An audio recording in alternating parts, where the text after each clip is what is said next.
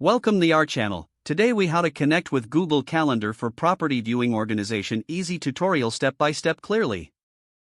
Open your web browser and go to the Google Calendar website. Log into your Google account if you haven't already done so. Once you are on the Google Calendar homepage, locate the Create button, usually found in the top left corner.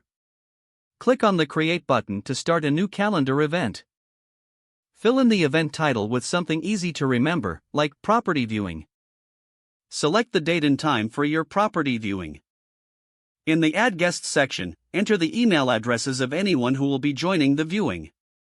In the event description, add any important details about the property, such as the address or specific features to note. You can also attach any relevant documents, like property listings or images, by clicking on the Attachments option. Once all the details are filled in, click the Save button at the top of the event window. If you added guests, a prompt will appear asking whether to send invitations. Click Send to notify them. Now, the event will appear on your calendar, organized for easy access later. To view or edit the event later, simply click on it in your calendar. You can also set up reminders or alerts to ensure you arrive on time for each property viewing. Consider color coding your events for better organization, especially if you're viewing multiple properties.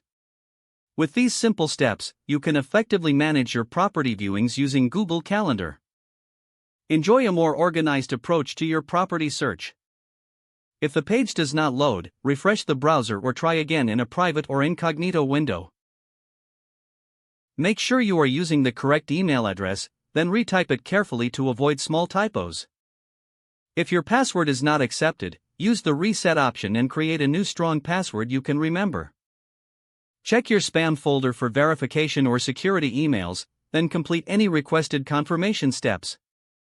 Enable two-factor authentication if available to improve account security and reduce unauthorized access risk. After signing in, review your profile details so your contact information and settings are accurate and current.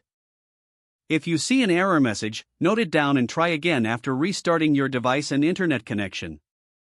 Log out when you finish, especially on shared devices, to keep your account and payment information secure. If the page does not load, refresh the browser or try again in a private or incognito window. Make sure you are using the correct email address, then retype it carefully to avoid small typos. Don't forget to like this video and subscribe to our channel for more step-by-step tech guides.